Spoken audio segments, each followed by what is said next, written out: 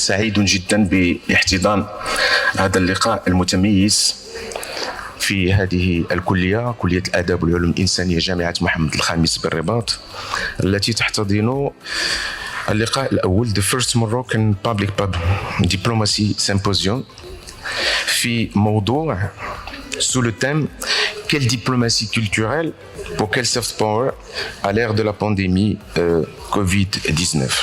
أتمنى لأعمالكم التوفيق والنجاح، وما دامت أن هذا اللقاء الأول أتمنى أن يكون هناك لقاء ثاني السنة المقبلة. إذن أضرب لكم موعدا في السنة المقبلة إن شاء الله في نفس الكلية وفي نفس المدرج. أتمنى لكم التوفيق والنجاح والسلام عليكم. مرحبا بكم جميعا.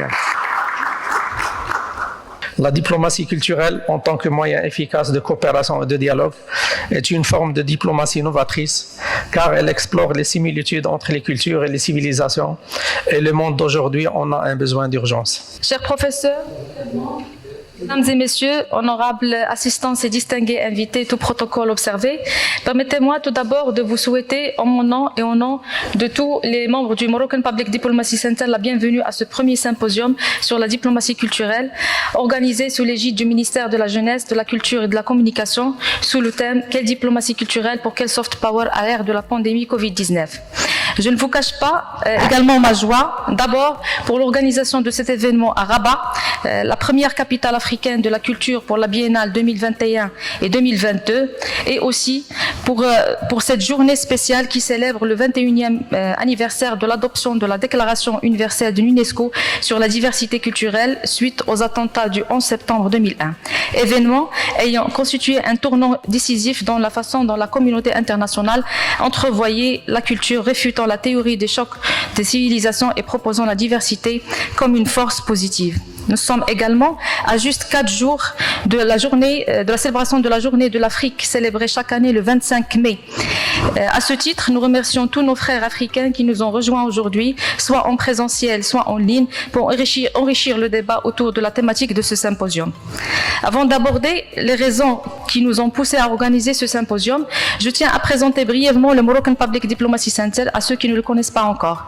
C'est un think tank indépendant et non partisan qui a été officiellement créé le 6 octobre 2020 et domicilié à la Faculté des sciences juridiques, économiques et sociales de Suisse, ici à Rabat, et dont la mission est de faire progresser et enrichir l'étude et la pratique de la diplomatie publique par le biais de travaux, de recherche, de formation et d'engagement de la communauté, et ce en étroite collaboration avec tous les acteurs de la diplomatie officielle, pour renforcer la compréhension mutuelle et l'amitié entre le Maroc et le reste du monde et projeter au monde une image positive du pays.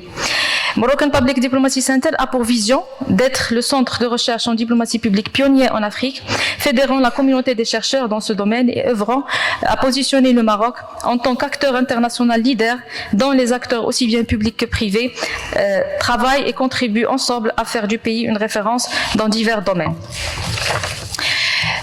Plusieurs raisons nous ont poussé à susciter le débat autour de la diplomatie culturelle marocaine à l'ère de la pandémie. D'abord, la place importante qu'occupe la culture dans le calcul de l'index de soft power publié chaque année par Brand Finance. En 2022, le Maroc a été classé globalement 46e sur 120 pays et 52e dans le volet culture et héritage, alors qu'il était classé 43e en 2021.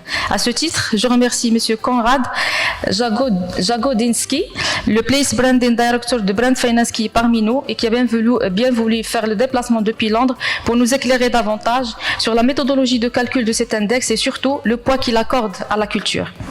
La deuxième raison, c'est la place particulière qui a été accordée au champ culturel par la Commission spéciale sur le nouveau modèle de développement, dont les recommandations émanent de la conviction que la culture au Maroc est vouée à devenir un levier multidimensionnel de prospérité économique, de lien social inclusif et de soft power géopolitique. À titre de rappel, les recommandations de la Commission ont touché à 4 domaines. Le premier domaine, c'est le renforcement des médias et leur transformation digitale, et nous avons un panel dédié au rôle du digital dans la diplomatie culturelle. Le deuxième volet, c'est le développement d'une offre pour mettre en avant la singularité du Maroc à l'international, la promotion des initiatives culturelles innovantes et le déploiement des lieux de vie culturelle dans les territoires. La troisième raison de l'organisation de ce symposium est l'importance accordée par la Commission spéciale sur le nouveau modèle de développement à l'action des MRE, Marocains résidant à l'étranger, permettant à la culture marocaine d'exister dans les estrades internationales. Et finalement, le contexte de la pandémie que nous avons tous vécu il y a 2 ans, pendant 2 ans plus tôt, qui a montré à quel point les Marocains résidant à l'étranger étaient disposés, et le sont encore, à soutenir leur pays d'origine dans les moments les plus difficiles, ainsi que le rôle important du digital dans la diffusion de la culture. C'est ainsi que l'organisation de ce symposium se veut une occasion, d'abord pour célébrer la Journée mondiale de la diversité culturelle pour le dialogue et le développement, dresser l'état des lieux des actions de diplomatie culturelle et les méthodes utilisées pour la mesure de leur impact, susciter le débat sur l'importance d'avoir une stratégie de diplomatie publique incluant la dimension culturelle, sortir avec des recommandations pouvant constituer des problématiques de recherche réelles sur lesquelles les membres de notre think tank peuvent se pencher, réunir les chercheurs et les professionnels spécialisés dans la diplomatie culturelle au Maroc et à l'étranger, et reconnaître enfin le leadership exceptionnel et les contributions aux efforts de la diplomatie culturelle marocaine à travers le décernement du Moroccan Public Diplomacy Awards.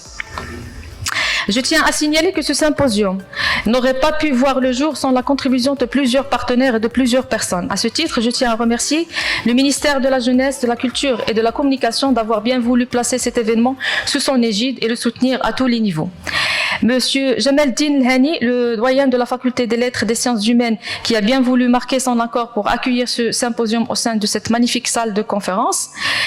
Aussi, je remercie tous nos partenaires, les intervenants marocains et étrangers d'ici et d'ailleurs, l'équipe d'organisation, le comité scientifique, et plus particulièrement professeur Fouad Ben Khlouf et madame Khedar Amel. Ils sont aussi des membres fondateurs de ce think tank, ainsi que toute personne qui a contribué de près ou de loin à la réussite de ce symposium. Merci à vous tous ici présents et à tous ceux qui nous suivent bien sûr en ligne. Merci beaucoup. Que peut-on dire du rôle de la diplomatie culturelle? Il consiste en général en la diffusion des idées. Et aujourd'hui, elle se fait de plus en plus par le biais du digital. Et nous avons d'ailleurs un pôle qui s'intéresse à la diplomatie digitale. Donc, on a lancé un appel à candidature depuis le 1er février, qui a duré 2 mois, depuis le 1er février jusqu'au 30 avril, pour demander à avoir des candidatures sur 5 catégories. Il y avait les catégories administration, ONG, structures de recherche, individus et entreprises privées. Donc on a reçu plusieurs candidatures, on a retenu 2 heureux gagnants. Donc le premier, c'est monsieur Hicham Sabh, le propriétaire du restaurant Tajine Moroccan Cuisine, qui fait un très bon travail dans un pays asiatique. C'est vrai qu'il s'agit d'un restaurant, mais c'est pas un restaurant ordinaire. Il fait le guide touristique, il donne des conseils, il donne des recommandations pour les touristes. Il vend même des articles de l'artisanat marocain, ce qui a fait que la cuisine, la gastronomie marocaine est devenue célèbre dans ce pays et même dans les pays mitoyens.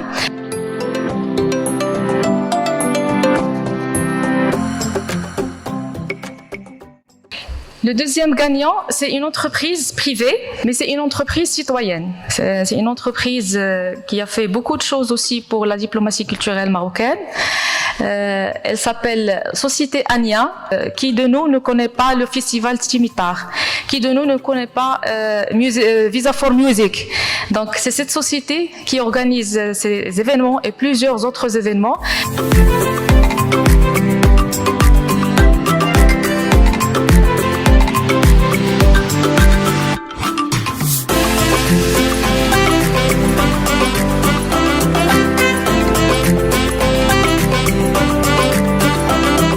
Je trouve que c'est important quand même donc de présenter aussi ce que nous faisons au sein de l'Observatoire marocain de la souveraineté numérique.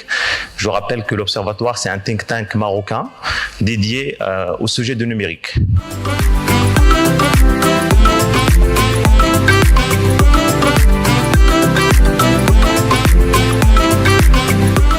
Dans ce contexte marqué par l'intérêt particulier accordé à la culture en tant que vecteur de développement socio-économique, et élément d'inclusion sociale, de soft power, et un facteur de rapprochement entre les peuples et les civilisations, et afin de donner une nouvelle dynamique au secteur de la culture, frappé fortement par la pandémie de Covid-19.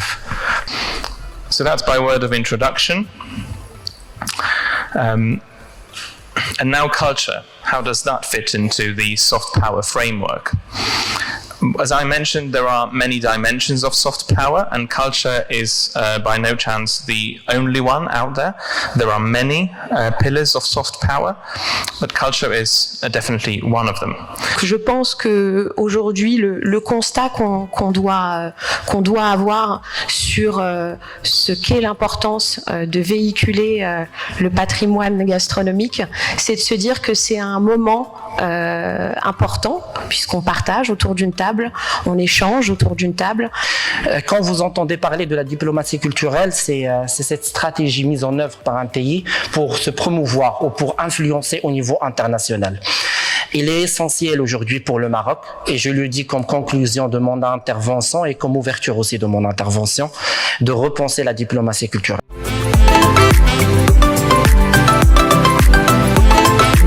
On parle de culture, du digital et digitalisation de la culture, c'est des choses quand même qui sont à la fois parallèles. Donc pour ce qui est de la culture du digital, nous œuvrons dans notre agence à pouvoir mettre en place des curriculums qui visent à sensibiliser le citoyen aux usages du digital. Et pour finir, tout ce travail se fait par une équipe qui a une moyenne d'âge inférieure à 30 ans et principalement de jeunes filles, et je trouve que les SSC aujourd'hui sont plutôt, en tout cas c'est l'univers qui est le plus attractif pour les jeunes et notamment pour les femmes, et c'est pour ça qu'il faut continuer encore à occuper l'espace public. Il fallait donc, grâce aux nouvelles technologies de l'information, agir vite pour répondre à la pression qui était côté odeur, avec cette soif finalement d'aller vers la connaissance, vers le savoir de ces jeunes, qui on les voit, voilà, d'un peu d'en haut, etc., qui veulent apprendre, etc. بالنسبة لاتحاد الكتاب المغرب، الدبلوماسية الثقافية ليست شيئا جديدا عليه، بل أنه منذ تأسيسه مارس اتحاد الكتاب المغرب الدبلوماسية الثقافية من خلال أشكال متعددة، سواء أشكال تبادلات ثقافية مع منظمات زميلة أي شقيقة في البلدان العربية وفي مختلف بلدان العالم. In Morocco, the Scouting movement here in Morocco is as a non-formal educational youth movement that represents the Moroccan kingdom and helps propagate its cultural aspects, has been known to actively seek to better our relations with other nations, bridging many gaps and breaking countless boundaries through Scouting.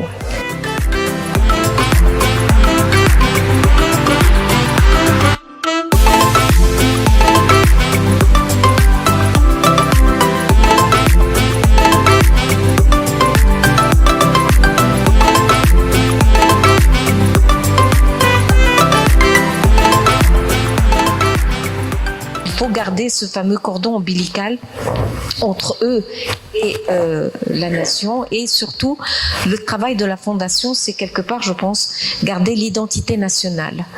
Et cette identité nationale, elle se fait par tous les projets que la fondation a réalisés, mais l'un des projets qui m'a, je dirais, mon coup de cœur, on a toujours des coups de cœur, c'est essentiellement ce projet de colonie, d'échange culturel avec les enfants.